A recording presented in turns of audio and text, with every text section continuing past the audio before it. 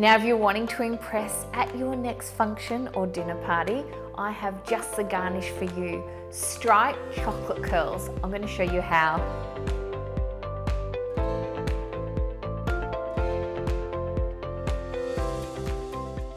For striped chocolate curls, before you start, you need to temper some chocolate. When you're working with chocolate that contains cocoa butter, which of course is the best, you must temper it. We have a great video on tempering here on YouTube, which you can watch, and then you can come back and see how to make your striped chocolate curls.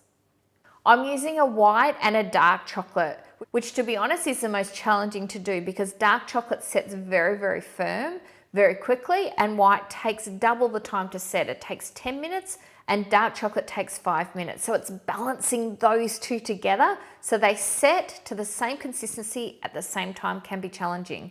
So to start, what I would recommend is to practice curls without doing stripes. So just do one color. White is the easiest because it takes the longest to actually set. Then do a stripe with white and white chocolate with a color. So you might color part of the white chocolate red or purple and do a stripe with two different types of white chocolate. Then progress to milk chocolate and white chocolate, then do white chocolate and dark chocolate. This will be the last one. Then you can graduate and get a certificate in chocolate curls. Okay, giving that a really good stir.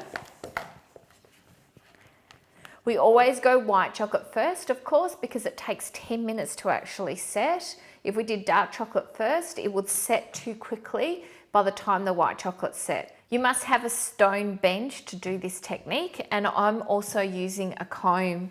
Now this comb has two different sizes on it. I find that it's more dramatic if you use a larger comb rather than the smaller one, and you see more distinctive stripes. Don't put too much chocolate down on your bench because you won't get the time to make curls out of all the chocolate before it sets too hard.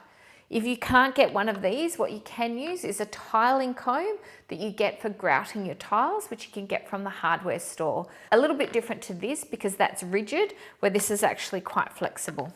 You need an angled palette knife to spread the chocolate. We put the white one down first. Now, if you're using a stone bench, it may take you a couple of goes to actually warm up the bench before you're actually able to make nice chocolate curls. So just a little bit of chocolate to start. I'm not going to do too much at once. Then we spread it. And just as it starts to set, we're going to comb it. So see, I'm angling the palette knife just slightly, and it's important to give the chocolate lots of movement on the bench, and that makes it more elastic.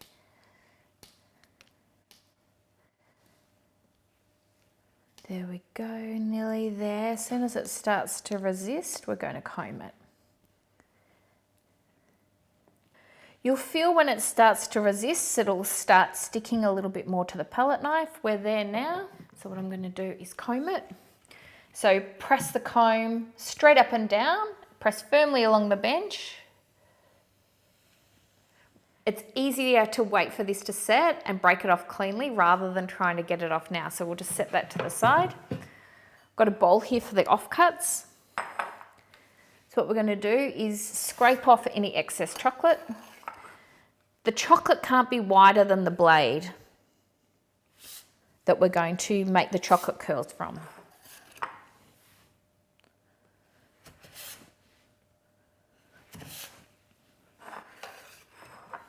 So I'm going to take it off from about here.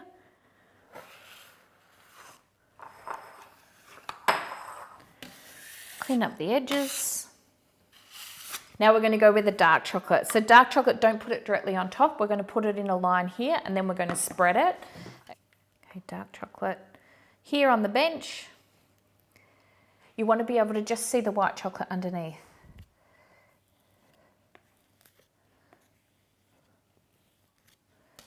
So now we do the same thing. We work that backwards and forwards till it starts to resist and it'll start to go dull. And then we'll clean up the edges once again.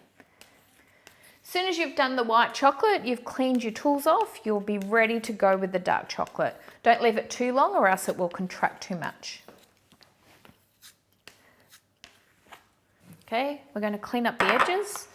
Now we need to go quite quickly because the dark chocolate sets a lot faster than the white.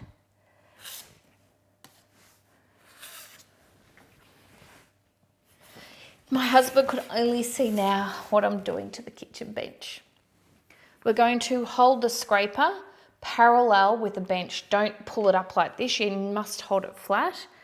And we're going to start back here. Yay! You're always happy when it works the first time. Sorry, a little enthusiastic. I'll keep going.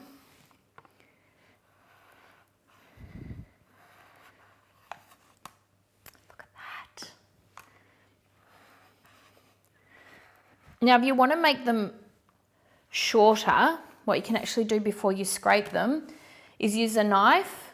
I don't dare do that to my kitchen bench, but you can actually cut the chocolate just before you scrape it to make little shorter chocolate curls. Now, if you are as impressed with yourself as I am, you probably don't want anyone to eat those. I don't blame you, but these do go great to decorate cakes, individual desserts, even just a bowl of ice cream. If you enjoyed that episode, you will love my channel. Subscribe today for even more tutorials on chocolate and baking. Best of all, it's free, so get on it.